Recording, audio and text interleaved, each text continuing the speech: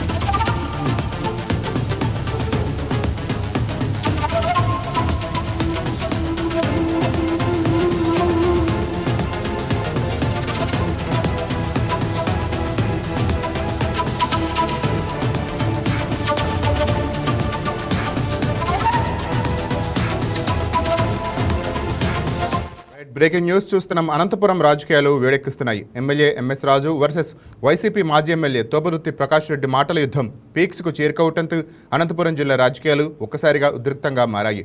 ఇద్దరు నేతల సవాళ్లు ప్రతి సవాళ్లతో వాతావరణం వేడెక్కడంతో అప్రమత్తమైన పోలీసులు ఇటు తోపుదుర్తి అటు ఎంఎస్ రాజు ఇంటి వద్ద భారీ ఎత్తున మోహరించారు.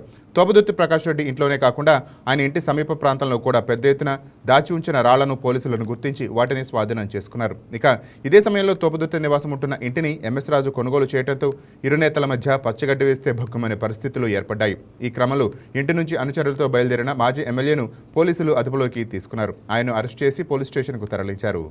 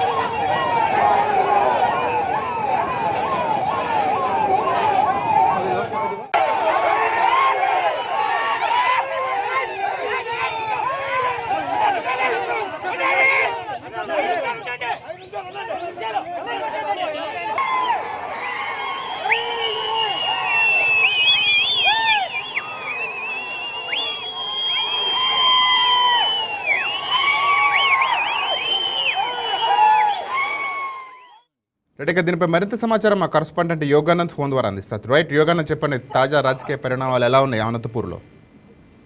రాజేంద్ర, అనంతపురంలో పొలిటికల్ టెన్షన్ పీక్ చేరుకుంది.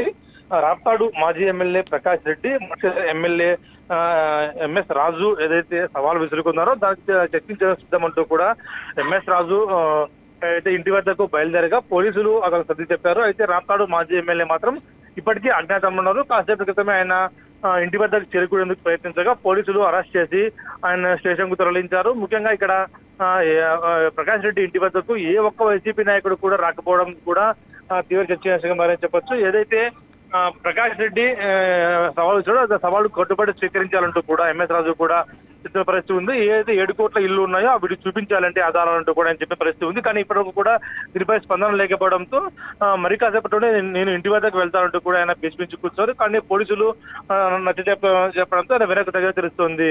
అజేంద్ర, right, thank you Yoganand.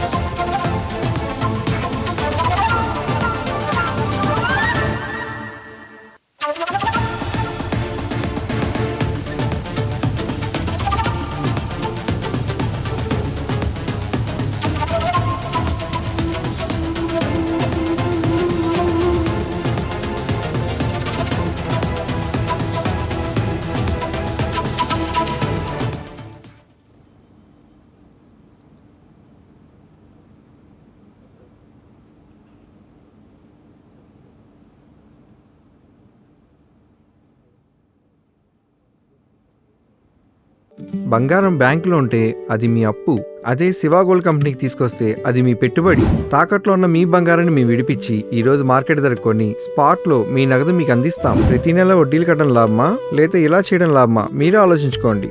Shiva gold company, అప్పులేని ఆనందకరమైన రేపటికి సరికొత్త మార్గం. జస్ట్ ఒక కాల్ చేయండి. తాకట్లో ఉన్న మీ బంగారాన్ని విడిపించి ఈ రోజు మార్కెట్ రేట్కే కొనబడును.